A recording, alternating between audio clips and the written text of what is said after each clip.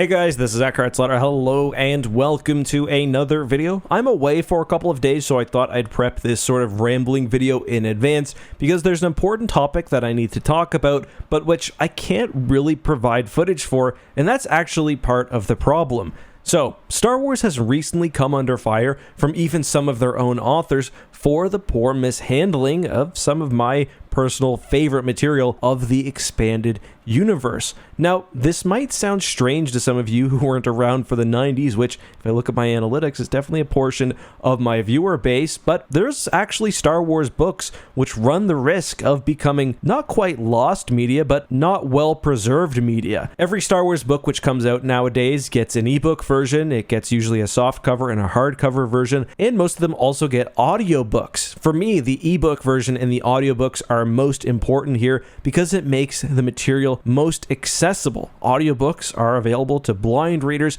people who struggle with reading, while ebooks are just generally one of the ways media can be spread most widely. The best example of Star Wars media which has not gotten the proper protection it deserves is the Young Jedi Knights series. This was actually one of the ways that I was first introduced to the Star Wars expanded universe. I'm going to see if I can find it, but in grade school, I actually made a poster for what I thought Star Wars Episode 7 would look like, and of course, it was based on the adventures of Jason and Jaina from the Young Jedi Knights series. For those who don't know, Young Jedi Knights was a series written by famous Star Wars author Kevin J. Anderson and Rebecca Moesta. It was about, as mentioned, the Solo twins and their friends as they were learning to become Jedi on Yavin, specifically at Luke's Jedi Temple, which was on Yavin 4 in Star Wars Legends. These are young reader books. They're generally pretty lighthearted, but there are some serious themes as well. Tenel Ka dealing with the loss of an arm, for example, the characters facing darkness at the Shadow Academy,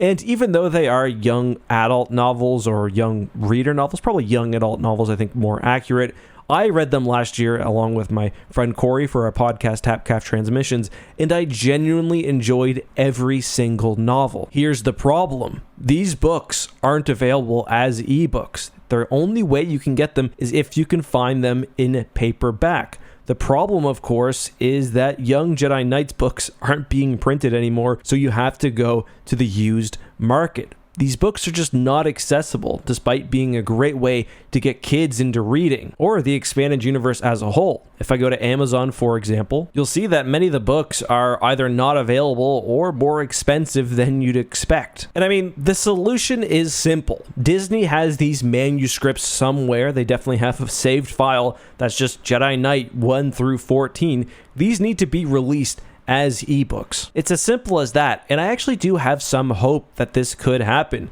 Disney has been focusing on re-releasing and putting out improved versions of Star Wars Legends novels that lots of us love. There's the Essential Legends collection, which is not only reprinting and giving us new covers, but is also for the first time transcribing certain novels to audiobook form, which, as I said, is important for accessibility, and as someone who loves audiobooks, is just great overall. For example, the X-Wing series, at least the first 4 books, are now available in unabridged audiobook for the first time. I actually think it's somewhat insulting to the quality of these books that they've been totally ignored, especially where the solution seems obvious. Star Wars Timeline has actually been behind the movement to get full official releases for these ebooks, and I am going to link to the petition down below. It hasn't got as much attention as it should, and if you're watching this video, even if you haven't read the Young Jedi Knights series before, let me tell you, the books are good, you'll probably enjoy them, and it's just good for the preservation of Star Wars media as a whole. And it's not just the Young Jedi Knights, there's also the Junior Jedi Knights, which deals with the adventure of the youngest solo child,